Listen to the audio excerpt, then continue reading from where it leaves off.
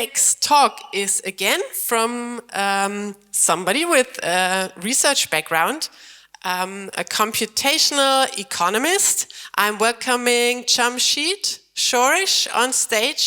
Ah yeah, there you are. Welcome, Jamsheed. Great to have you here. This is your mic.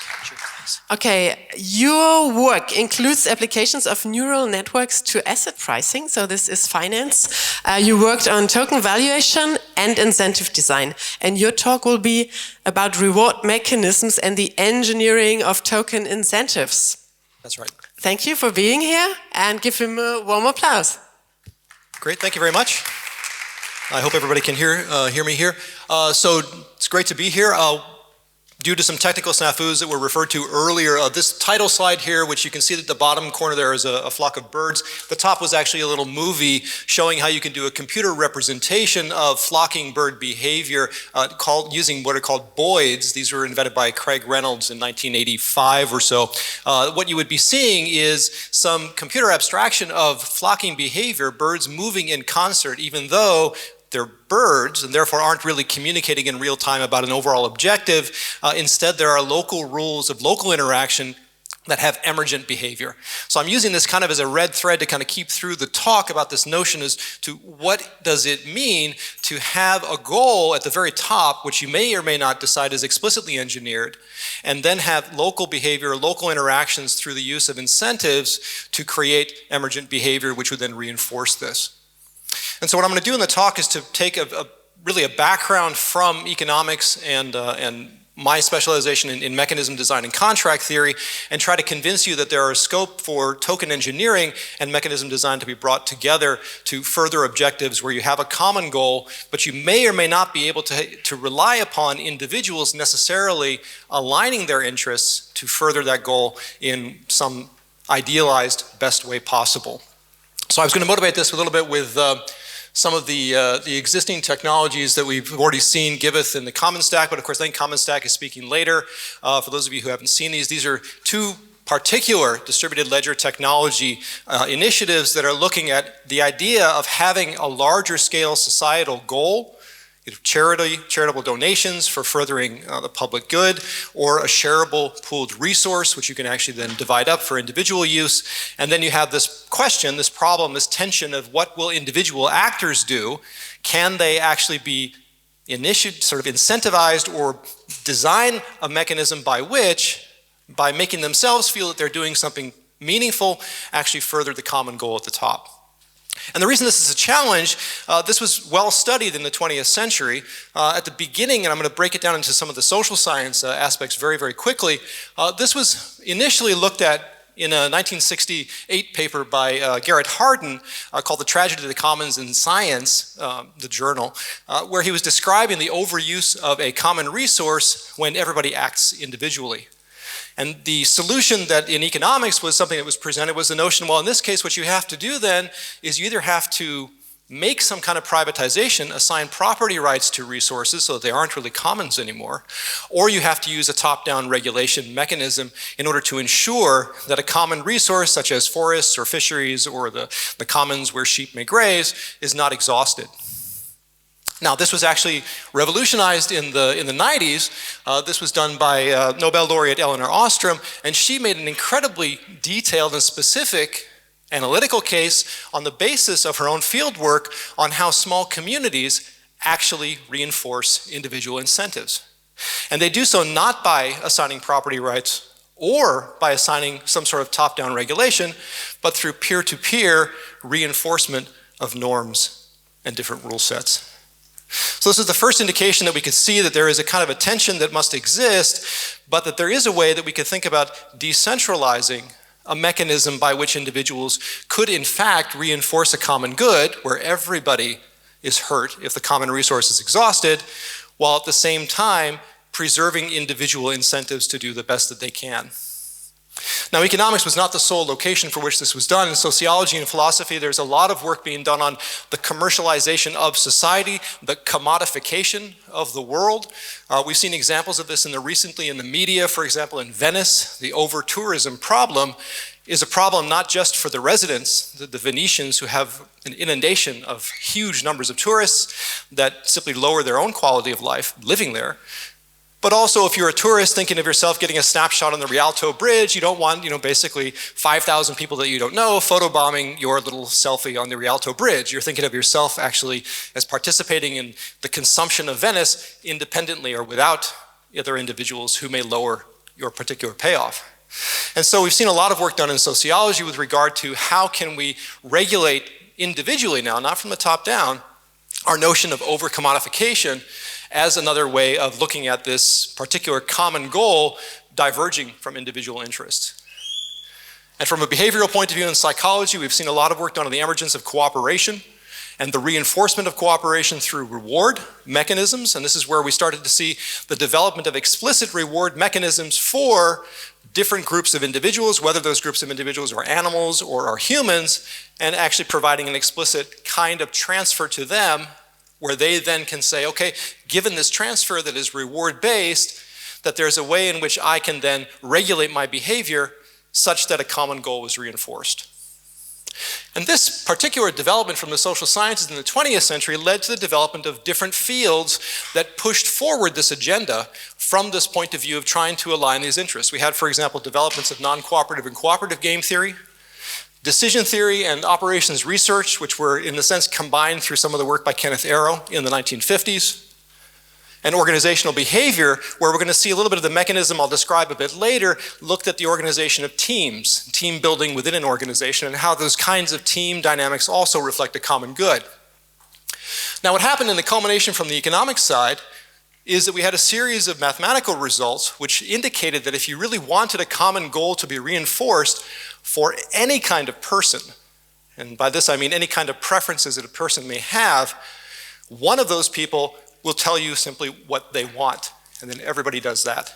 So the common good becomes one dictator's result. So the dictatorship results from Arrow and then reinforced by the Gibbard-Satterthwaite theorems in the early 1970s, in a way, caused economists and some social scientists in general to say, well, let's take a step back from a universal result, and can we just find a way to pool everybody's private information that tells them what they want to do alone in some common framework where everybody pays a price?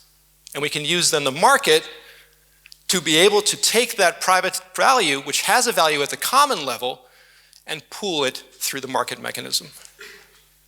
And so this was the state of the art, really toward the end of the 20th century, for how it was that economists were looking at this notion through the idea of bilateral negotiations, for example, in contracts, where different individuals hold private information that needs to be pooled for an efficient outcome. Now we move to the 21st century. And in these last 20 years, we've seen a tremendous revolution in who was taking up the forefront of the challenge of examining the reinforcement of a common goal through privately aligned interests through a lens that was not looking at a market mechanism, because that could only take you so far. We've seen computational implementation theory, which says, look, how do we figure out how to implement particular ideas, common goals, irrespective of whether or not there is a market mechanism at all? Let's just try it and see if it works. This is from computer science. Algorithmic mechanism design, algorithmic game theory. These were the leaders in this time as data-driven and computationally driven approaches to be able to solve problems, particularly, but not exclusively in robotics, to be able to decide how these common goals can be reinforced. And so there was a real big uptake on this notion of looking at these things as collections, not just of people with preferences, but actually of subsystems, each of which has a particular reward mechanism, and then an overall system that is dictating the direction that the system as a whole has to go. So this led to this revolution in understanding how to take a particular system and then validate and verify what is going on. So we saw the rise of the computer-aided design, and of course CAD/CAD is one fantastic example of this. And multi-agent systems allowed this paradigm from Elinor Ostrom to become actualized as a notion of, okay, peer-to-peer reward, where we don't need a central authority to be the one to dictate the reward structure, can actually become something that many, many different little system components can help reinforce each other. And so in a contrary way to the economics approach, we have what is known as a systems engineering approach. And it's this which is now the driver for bringing these two paradigms into one cohesive whole. So what I'll do for the rest of the talk is to try to show how these two environments can somehow be put together so that we can, in a way, cherry pick the best of each of these. Now, back to distributed ledger technologies, where does this actually come into? Where's the part of this that actually makes looking at DLTs such a fantastic opportunity to see this interface between these two types of approaches? Well, I will limit my use of the DLT paradigm to simply looking at it as if it is simply a database technology. Of course, it's quite a bit more. But considered as a database, as entries in a database, it has two unique features that we weren't really able to reinforce prior to this time that allow us to do this alignment of the common good through individual incentivization.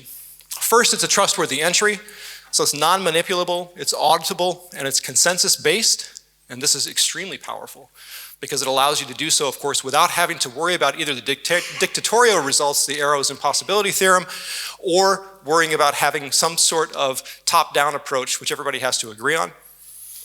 And second, decentralized implementation. You have a distributed location. You have an ability to actually have open access to what it is that is running via the smart contract system. And no single point of truth or single point of failure is necessary. So these are the two characteristics of DLTs that I'll show are ways in which we can look at this environment as reinforcing mechanisms that are both from economics and from the systems engineering literature. So this allows us then to have a representation. And that representation then takes the form of this particular kind of database entry known as a cryptocurrency token. And what is it representing? Well, in this particular case, since we're looking at a common goal that needs to be reinforced from the bottom up, we're looking at what is called a purpose-driven token from Shermin's terminology that you saw this morning and what was described more fully from Chris in his talk. This is the idea that you have at your disposal a particular tie between what it is you want to do and how you can distribute in the form of a reward, a mechanism that when people condition upon that, they do something which is the best for the system given the conditions that they're in. So that's the idea of what is called a purpose-driven token.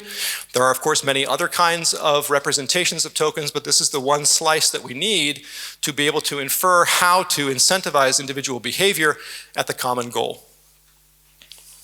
Now this is, I'm going to gloss over this part. This is similarly but conceptually distinct from a utility token.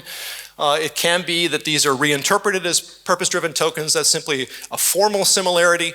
From our particular purposes, what's important is that typical issue or objectives such as fundraising and other public good environments, common good environments, can all be cast as incentive transfer mechanisms.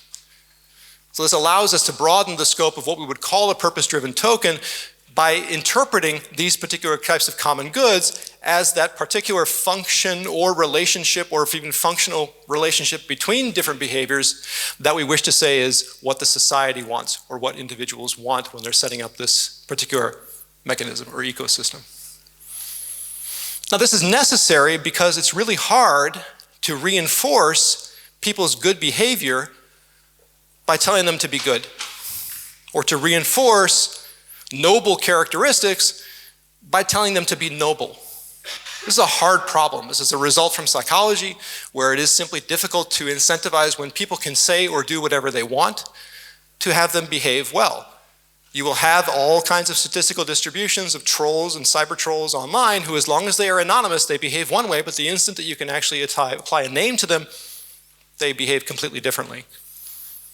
So this notion of being able to do this without transfers limits the kinds of things that you can implement. So transfers themselves, these tokens, really become the mechanism by which you can drive a particular purpose. And it would be similar, if you wanted to think about how you could do this without transfers, it would be similar to trying to derive a barter economy, where you weren't actually allowing individuals to save up something that they think somebody else might need in the form of money. You'd have to actually carry on your back everything that anybody else might want, and then try to get what you want from them. In addition, transfers themselves help align truth-telling mechanisms. This is part of the mechanism design literature, where if you think about everything that people could do to say what they would like, it suffices to look at all of those situations where they are telling you exactly what they want and that they are not lying. So that what they are doing, instead of sending some kind of obscure message about what they would like, they simply say, I like X, or I am of type Y. And that's a useful way to actually examine what happens, because you can look at mechanisms that are direct in terms of how people elicit information, and they allow you in turn to examine the types of equilibria where you would say, what I care about as an individual is independent of what anybody else is doing. These are called dominant strategy mechanisms. Now, there are more general mechanisms that you can use. There's Bayesian-Nash mechanisms, where you're actually taking some sort of a probability distribution over what everybody else might be, bad actors, good actors. That's also an equilibrium. A simple first cut at a mechanism that you can use, which provides a strength, is that you simply get something, kind of like the Boyd representation. You look around your local environment, you make a decision. You don't need to know what everybody else is doing. Now, in the mechanism design literature, there are such incentives that do exist. And they've been well studied over the years, one of which, the most popular perhaps, is the Vickrey-Clark-Groves mechanism. This was studied initially in auction theory by William Vickrey, and then extended by Clark and Groves in the early 70s. The idea behind this is intuitively very simple and appealing from this notion of building a collective common good from individuals. The idea here is that everybody in the mechanism has to pay something according to how much they contribute to the societal good.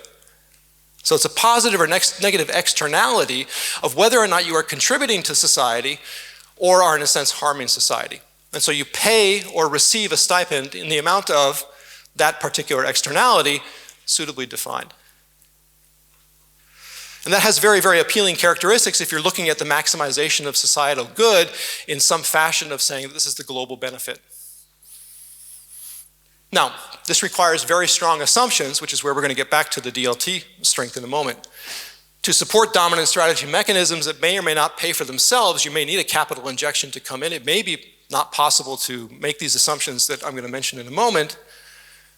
But provided that you can actually use an auction mechanism, which is called a Vickrey auction or a second price auction, to implement these types of mechanisms. So there becomes a formal parallelism between what you can do in the sense of maximizing the common good on the basis of aligning individual interests on the one side, and thinking about that common good as something which is being brought up for auction on the other side. That's another way of eliciting that private information with or without a market mechanism. So you can think about it with a market mechanism, and it's auction theory.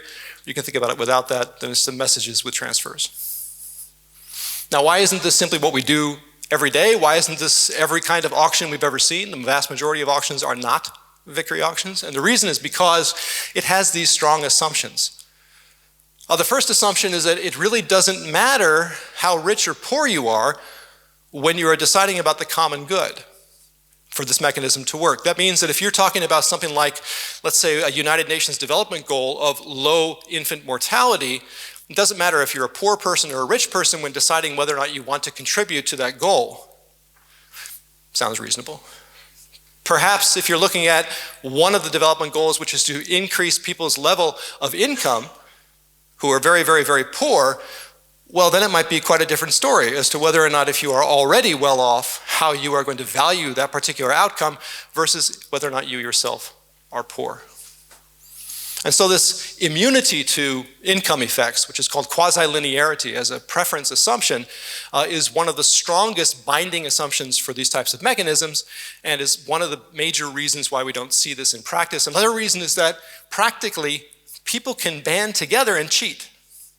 They can simply find coalitions of themselves, take the transfers, the things that are promised to them for certain types of behavior, divide that among themselves, and break the mechanism.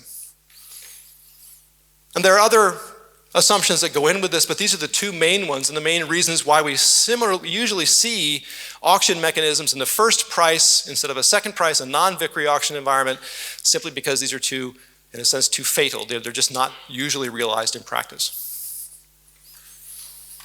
Now, I'm weaving back and forth between what we've seen for DLTs and what we've seen for economics, what we've seen now for systems engineering approach. Finally, let me bring you back to token engineering and see whether or not this particularly attractive mechanism in principle, this Vickrey-Clark-Groves mechanism, can in some sense leverage what DLTs have as strengths.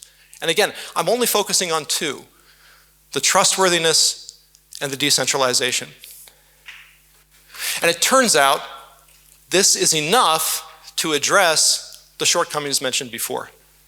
A practical and a fairly simple demonstration of the trustworthiness allows you to, as long as you have in your DLT a consensus mechanism for validating the state of the system that is Byzantine fault tolerant, then you are able to eliminate coalitions. And this is a very kind of, in a way, hopefully an intuitive result for those of you who think about Byzantine fault tolerance, the idea that you have to have a certain number of nodes in a validation network such that a message that is passed across to all of them succeeds to reach at least 2/3 of them. Then you have the state that everybody can agree on, so you can tolerate some mistakes, either accidental or malicious.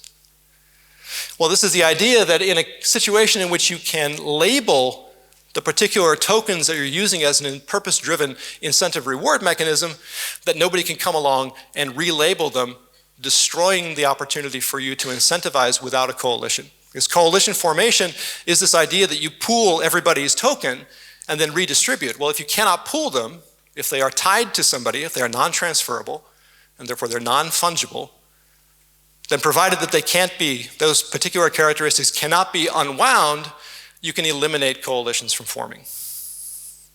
That's a demonstration result. It's fairly low-hanging fruit from the point of view of what is it that DLTs are so special for in creating incentivization.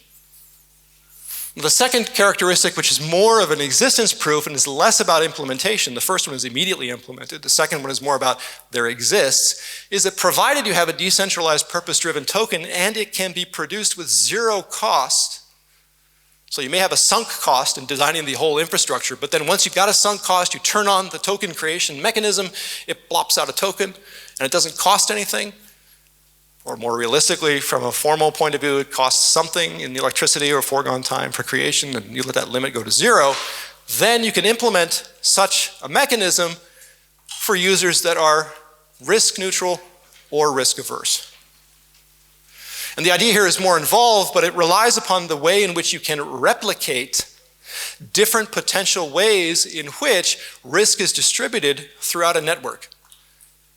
Individuals can act in a peer-to-peer environment, and by acting in a peer-to-peer environment, they transfer with each other in such a way that an equilibrium is reached where people who are risk averse are compensated just up to what they would have obtained under certainty, the so-called certainty equivalent payment that makes their risk aversion for that particular area, very, very close to that particular area, flat, as if it were quasi-linear. And then you can bring in the Vickrey-Clark-Groves mechanism once again.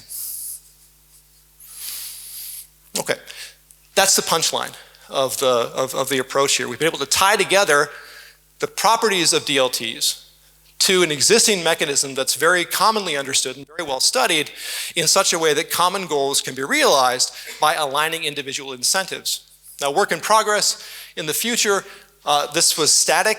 This was a one-shot transfer. What we really care about is feedback mechanisms, particularly if you're actually going to be looking at goals that change over time, or if you're going to change a focus upon a particular goal. If you have some combination, for example, of the UN development goals, maybe you want to increase your focus on education, decrease your focus on maternal mortality, or vice versa. Well, that's going to require you then to look at how you actually have this feedback loop between your function that you're trying to decide is the common good and how individuals will align. Now, converging to that is unclear. This is an open research question. I would really, really like to hear if anybody's looking at this or even has ideas on how long-run convergence can be obtained. You can do adaptive tâtonnement, which is sort of the grasping of equilibria as it iterates. You can design, and I think Zargham is working on a lot of this idea of having some global stability properties in this notion, but this is something which is an open research question. My own work is looking at consumer electricity provision in Belgium, because Belgium is a country which is committed to eliminating its dependence upon nuclear power, and they've already eliminated their dependence upon coal. The problem is that they're a massive importer of electricity, and so they have a difficulty in verifying the source of what their electricity consumption is. And so this provides us with a unique opportunity. All right, thanks very much. Oh, and there are references yeah. Thank you so much, Jamsheed, for this enlightening talk. I think this was a brilliant example of showing the existing work which is out there, and then see what makes it special in a DLT environment. So I can't wait to see more on that. Thank you so much, and talk to you soon, maybe after our talks at the Networking and Drinks.